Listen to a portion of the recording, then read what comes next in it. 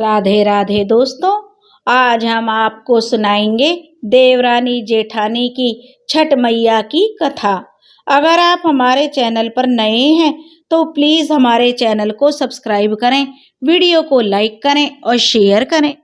एक गांव में एक किसान अपने परिवार के साथ रहता था।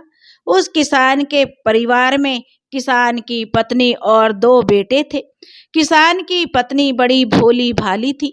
किसान भी अपनी खेती बाड़ी करके अपना गुजारा किया करता था। किसान के दोनों बेटा बहुत ही अच्छे थे, संस्कारी थे और किसान के हर काम में अपना हाथ बटाते थे। किसान ने अपने बेटों को पाल पोस कर बड़ा किया और दोनों का विवाह कर दिया। दोनों बहुएं घर में आ गईं और दोनों बहुओं के घर में आने से जो किसान की पत्नी को भी कामों में कुछ राहत मिल गई। दोनों बहुएं घर में आ गईं, बड़ी बहू और छोटी बहू। दोनों बहुएं घर का काम करती। जब तक किसान अब बूढ़ा हो गया था, क्योंकि उसकी भी उम्र बढ़ने लगी थी और एक दिन किसान भी यह संसार छोड़कर चला गया। उसके 6 महीने बाद ही किसान की पत्नी भी जो यह मृत्यु लोक छोड़कर भगवान को प्यारी हो गई। अब किसान के दोनों बेटे और दोनों बहुओं परिवार में थी। अब धीरे धीरे दोनों बहुओं में लड़ाई झगड़े होने लगे। दोनों भाई भी जहाँ संस्कारी थे, अब आपस में जो मनमुटाव होने लगा। भाई तो फिर भी ठीक थे, लेकिन देवरानी जेठानियों में काम को लेकर कभी भी मनमुटाव हो जाया करता था। इसलिए दोनों देवरानी जेठानी ने अलग अलग होने का फैसला कर लिया। अब दोनों देवरानी जेठानी ने घर के 2 हिस्से कर लिए और जो खेत थे उनके भी बराबर हिस्से कर लिए। दोनों देवरानी जेठानी अपने घर में रहने लगी। अब उनका आपस में बोलचाल थी, काम को लेकर कोई लड़ाई झगड़ा नहीं होता था। लेकिन धीरे धीरे समय बीत रहा था। विवाह के 10-12 साल बीत चुके थे। देवरानी जेठानी को कोई संतान नहीं थी। दोनों यही सोचती कि हम दोनों देवरानी जेठानी के कोई संतान नहीं है। और छोटी जो बहू थी वह तो फिर भी धार्मिक प्रवृत्ति की थी, लेकिन बड़ी बहू तो बहुत ही गुस्सैल थी। छोटी छोटी बातों पर जो उसे गुस्सा आ जाता था और छोटी छोटी बातों पर लड़ाई झगड़ा कर लिया करती थी।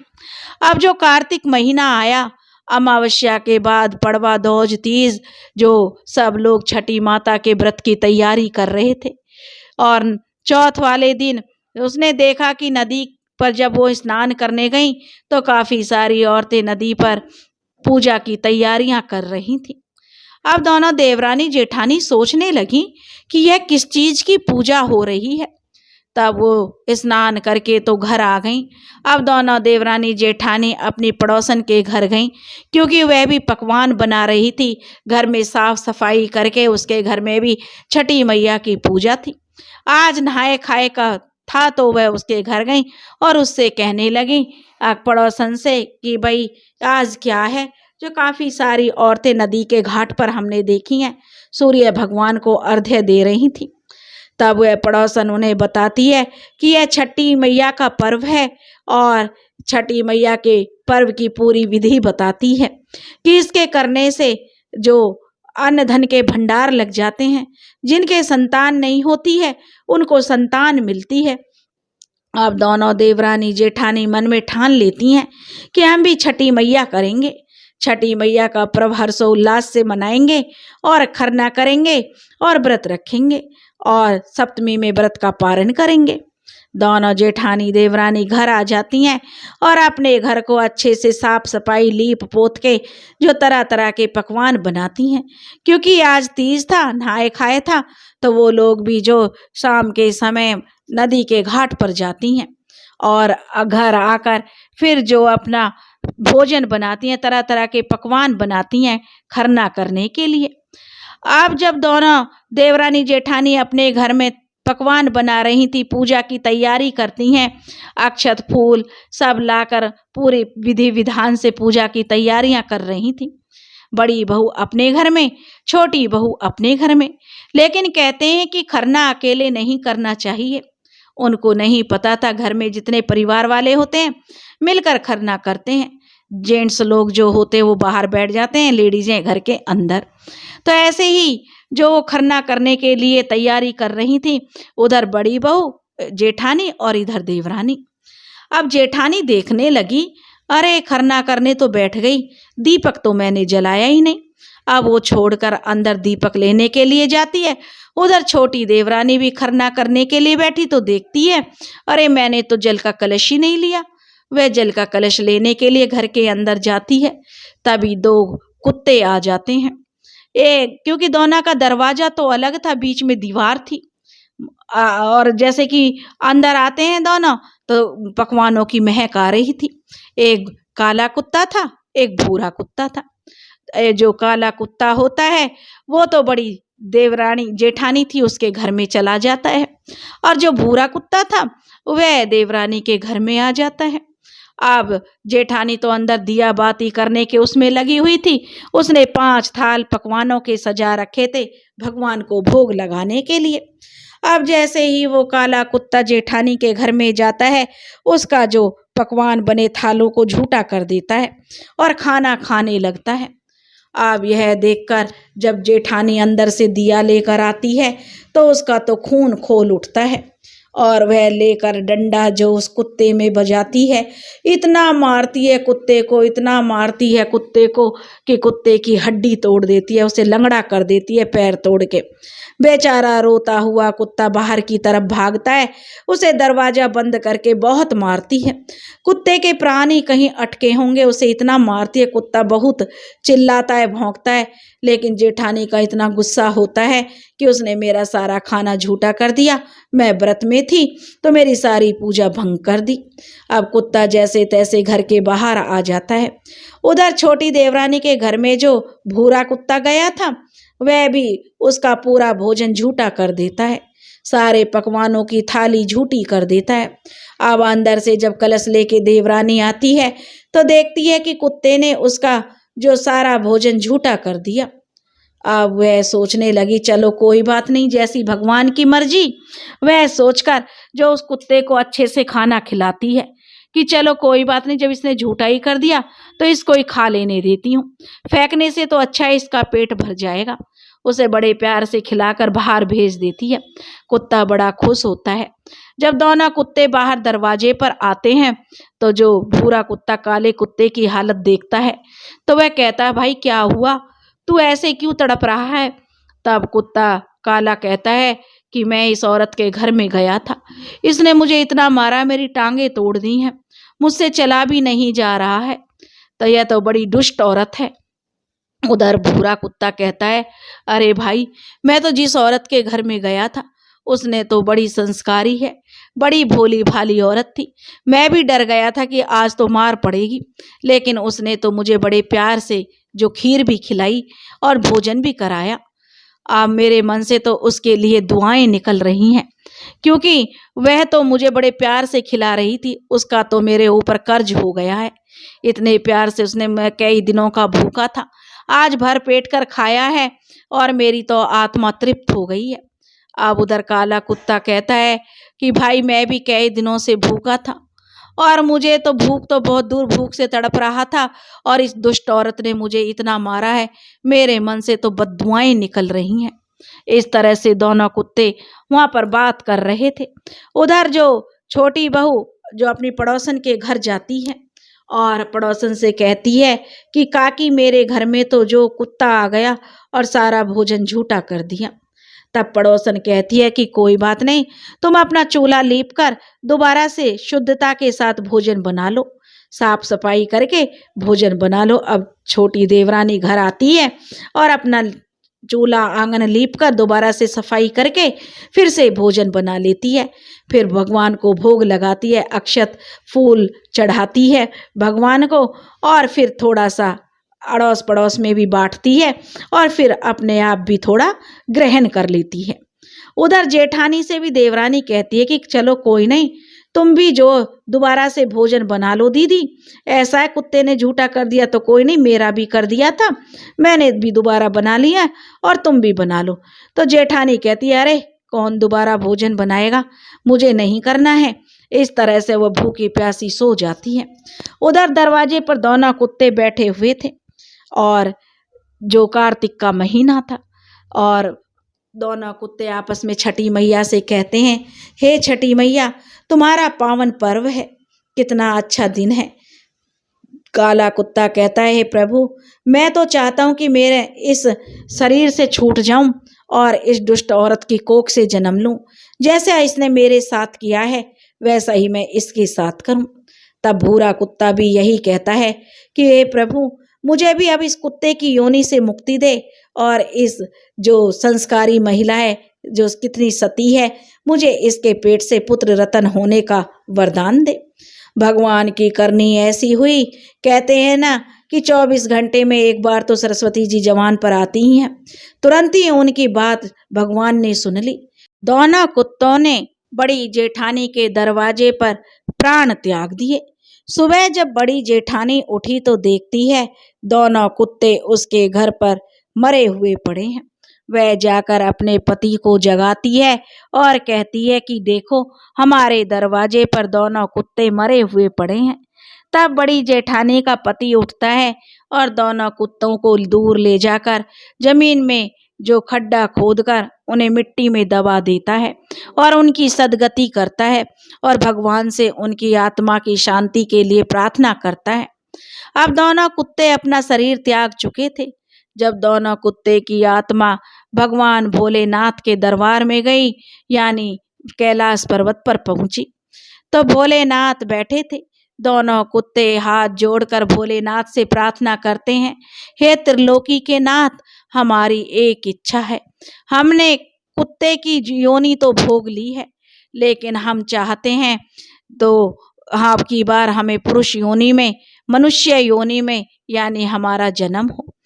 तब भूरा कुत्ता कहता है कि मैं तो उस माँ की कोख से जन्म लेना चाहता हूँ जिसने मुझे इतने प्यार से खाना खिलाया, जिसका मुझ पर ऋण हो गया है। मैं बेटा बनकर अपना कर्ज उतारना चाहता हूँ। तब काला कुत्ता कहता है भोलेनाथ से कि प्रभु, मैं भी उस माँ की कोख से जन्म लेना चाहता हूँ जिसने मुझ पर इतना बड़ा कर्ज दिया है। मैं भी तो उसका कर्ज उतारूंगा। कैसे उसने मुझे तड़पा तड़पा कर मारा है। भोलेनाथ कुत्ते की बात सुनकर उनकी भी आंखें नम हो जाती हैं कि कैसे उसने तड़प तड़प कर प्राण त्यागे हैं। अब भोलेनाथ उन्हें जो आशीर्वाद दे देते हैं और वे दोनों वहां से, जो उनकी आत्मा दोनों देवरानी जेठानी के गर्भ में आ जाती है, यानी कि दोनों देवरानी जेठानी गर्भवती हो जाती हैं। धीरे धीरे समय बीत रहा था।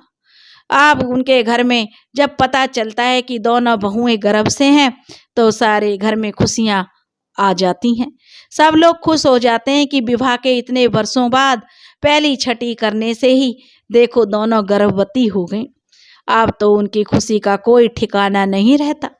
धीरे धीरे समय बीत रहा था और समय के साथ साथ जो अब बच्चे पैदा होने वाला समय आ रहा था। अब 1 महीना बीता, 2 महीने, ऐसे करके 9 महीने बीत गए। 9 महीने 9 दिन बाद दोनों देवरानी जेठानी के एक ही दिन दोनों बच्चों का जन्म होता है। दोनों के घर में लड़का हुआ, थाली बजी, शौहर गाए गए, खुशियां मनी चारों तरफ। अब दोनों भाई भी खुश थे कि अब उनका वंश भी चलेगा। अब दोनों देवरानी जेठानी इसलिए खुश थी कि अब उन्हें कोई बांझ नहीं कहेगा। बांझ के कलंक से उन्हें मुक्ति मिल गई।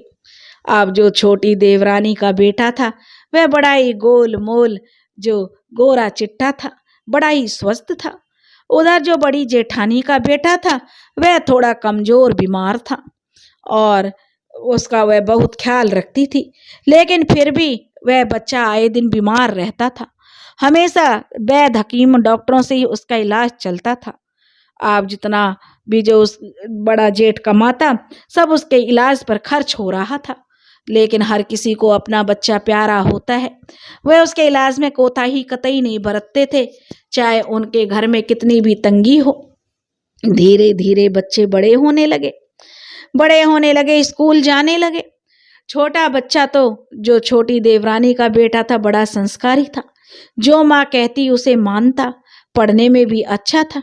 उधर जेठानी का बेटा स्कूल में जाने तो लगा, लेकिन उसका तो पढ़ाई में बिल्कुल मन नहीं लगता था। वह तो अपने सहपाठियों की पेंसिल कलम भी चुरा लिया करता था, लेकिन वह कभी भी पढ़ाई नहीं करता था। स्कूल के टीचर भी उससे बड़े परेशान रहते थे। उन्होंने भी उसे स्कूल से निकाल दिया। अब इधर देवरानी के बच्चे की बड़ी तारीफ होती थी। अब उधर बच्चे अब धीरे धीरे बड़े होने लगे, विवाह योग्य हो गए। अब दोनों बेटों के विवाह हो गए। देवरानी के घर में भी बहू आ गई और जेठानी के घर में भी बहू आ गई। अब जो बेटा था वो बड़ा हो गया, पढ़ा लिखा तो था नहीं। जो थोड़ा बहुत मेहनत मजदूरी करके कमाता उसे ही वो खर्च कर देता था। कभी दारू पीता, कहीं जुआ खेलता। जुआ और शराब तो उसका जो पसंदीदा शौक बन चुके थे। बीवी से तो वो कुछ नहीं कहता था, लेकिन भी कहते हैं ना, जब घर में पति जैसा हो तो बीवी भी उसी का अनुसरण करती है। छोटा ये देवरानी का बेटा तो आज्ञाकारी था, माँ का कहना मानता था, तो बहू भी संस्कारी थी। घर का सारा काम करती थी। देवरानी जो थी उसके हाथ पैर दबाती अपने सास के, उसके बेटे की वो। घर में पूरा अच्छा माहौल रखती थी, पूजा पाठ करती थी, क्योंकि जैसा माहौल होगा वैसा ही जो बच्चे ढल जाते हैं। उधर जेठानी के घर में जो बेटा था वो शराब पीता, माँ पर हाथ उठाता, गाली गलौज करता। यही उनके घर का रोज का नियम था। लड़ाई झगड़े तो जैसे उस घर में बस गए थे। सुबह होते ही लड़ाई झगड़ा शुरू होता था और रात होने तक चलता था। उनका पता नहीं कब किस बात पर झगड़ा हो जाए। बहू जो थी वह भी सास पर ऑर्डर चलाती थी, घर का कोई काम नहीं करती थी। सास को बोलने का मौका नहीं मिलता था, सारे दिन बेचारी काम करती थी। कहती थी, हे भगवान, इससे तो निसंतान थी तो ही अच्छी थी, यह औलाद दी है, यह तो पता नहीं कौन से जन्मों का मेरे से कोई जो अपना बदला उतार रही है। अब जो पुत्र था वह तो माँ की बिल्कुल सुनता ही नहीं था। माँ के साथ भला कौन बेटा गाली गलौज करता है, लेकिन वह गाली गलौज करता था, क्योंकि जेठानी को उसकी करनी का फल मिल रहा था। उसने एक कुत्ते को इतना मारा था, इतना मारा कि उसकी टांगे तक की तोड़ दी थी। उसने प्राण तक के त्याग दिए थे। अब उस पाप का फल तो उसे भुगतना ही था। अब दोनों घरों में यही था कि देवर का जो घर था देवरानी का, वह तो दिन दूनी रात चौगनी तरक्की कर रहा था, और जो जेठानी इतने शान से इतनी अकड़ में रहती थी उसका घर बिल्कुल नीचा हो गया था। एक समय खाने के लिए रहता तो एक समय के लिए सोचना पड़ रहा था, क्योंकि घर में तो पहले कोई कमी नहीं थी, लेकिन सब जुआ और शराब में उड़ गया। जिस घर में जुआ और शराब अपना घर बना लेते हैं उसमें लक्ष्मी भला कहाँ टिकती है। अब धीरे धीरे समय बीत रहा था और दोनों भाइयों में लेकिन प्यार था। दोनों भाई आपस में अच्छे से बातें करते थे। काफी समय बीत गया। बेचारी जेठानी की हालत बहुत ही खराब थी। घर का काम करती, बहू के भी जो ताने सुनती, बहू भी बात बात पर झगड़ा करती। अब वह सूख कर बिल्कुल कांटा हो चुकी थी। उधर छोटी बहू के मजे थे। छोटी देवरानी की बहू जो घर का सारा काम करती, काम करने के बाद रात को बिस्तर लगाती, अपनी सासू माँ के पैर दबाती। छोटी देवरानी भी अपनी बहू पर आशीर्वादों की बरसात करती रहती थी। एक दिन छोटी देवरानी के बेटे ने सोचा कि है तो मेरा भाई, चलो मैं भी उसे समझा कर देखता हूँ, क्योंकि गांव के बड़े बुजुर्ग सब उस जेठानी के बेटे को समझा चुके थे। यार, नाते रिश्तेदार सबने समझाया, बेटा ये गलत कर्म करने छोड़ दो, अपने घर पर ध्यान दो, माता पर हाथ नहीं उठाते हैं, लेकिन उसकी समझ में कुछ नहीं आता था। अब एक दिन छोटी देवरानी का बेटा कहने लगा, भैया चलो आज नदी की तरफ चलते हैं, जरा घूम कर आते हैं। दोनों भाई नदी की तरफ घूमने चले गए। छठी का पर्व था।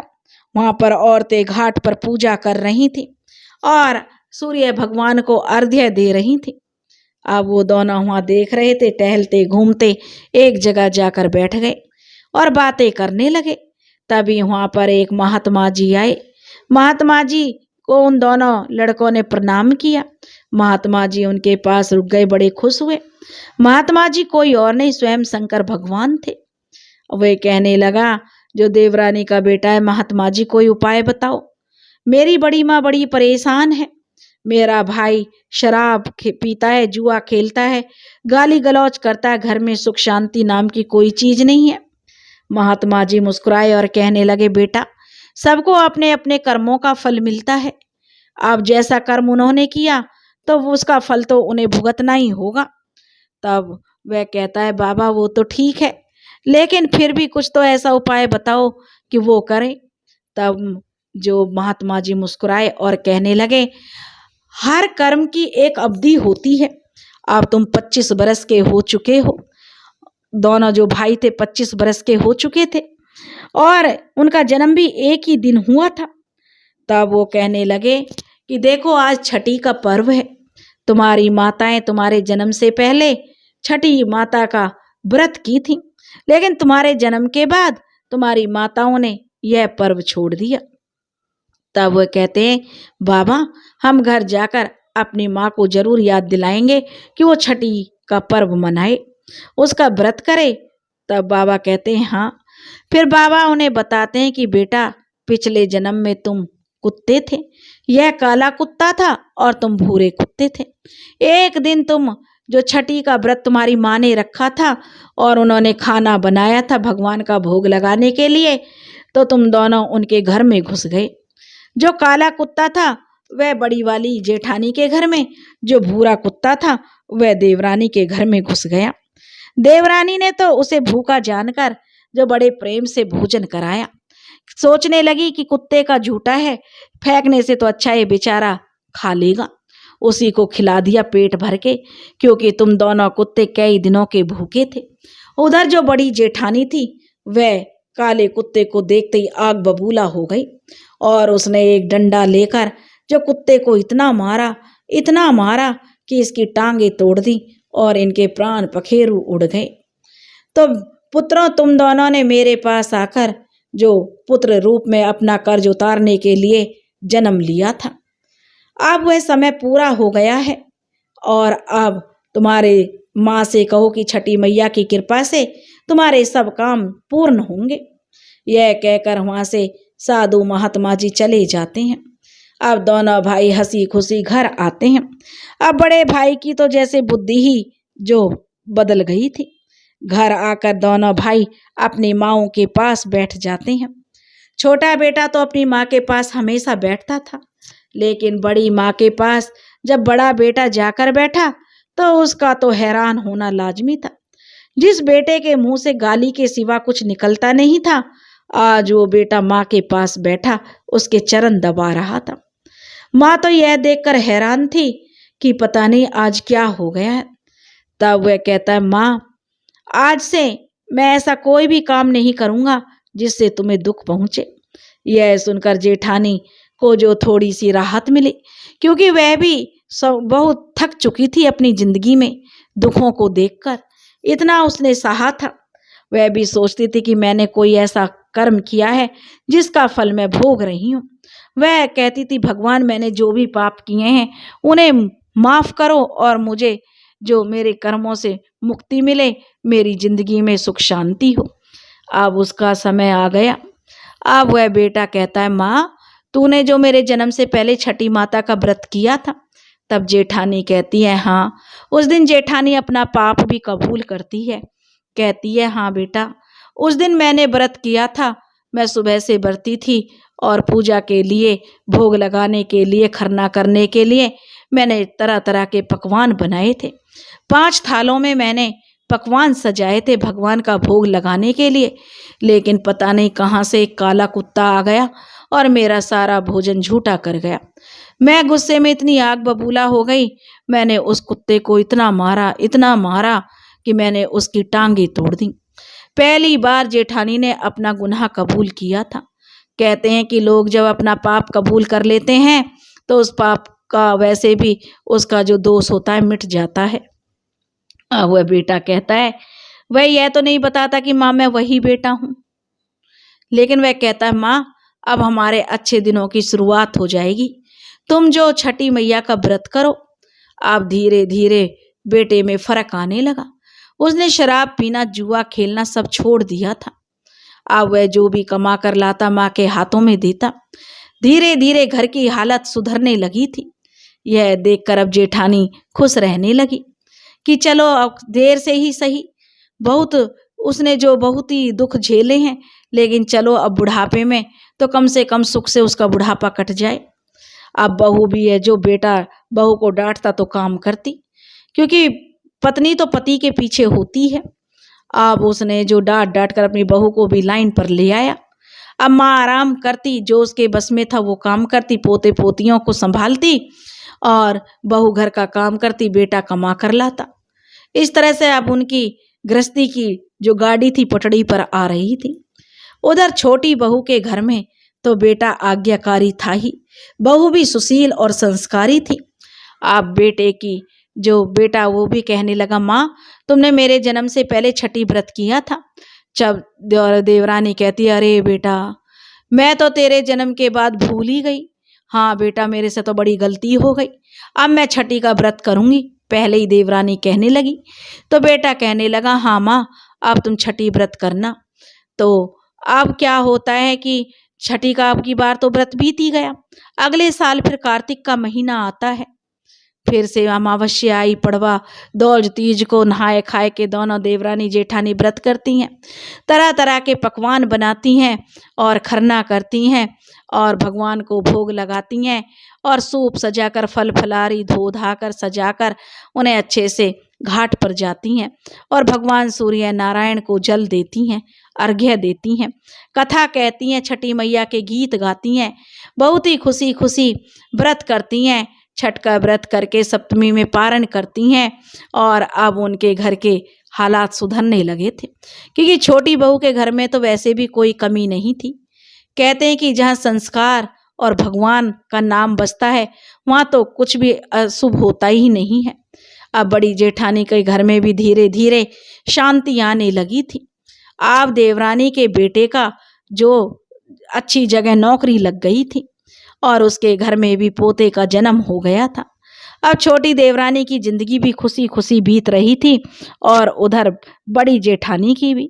छठी मैया की कृपा से अब लक्ष्मी का भी वास धीरे धीरे जेठानी के घर में होने लगा था।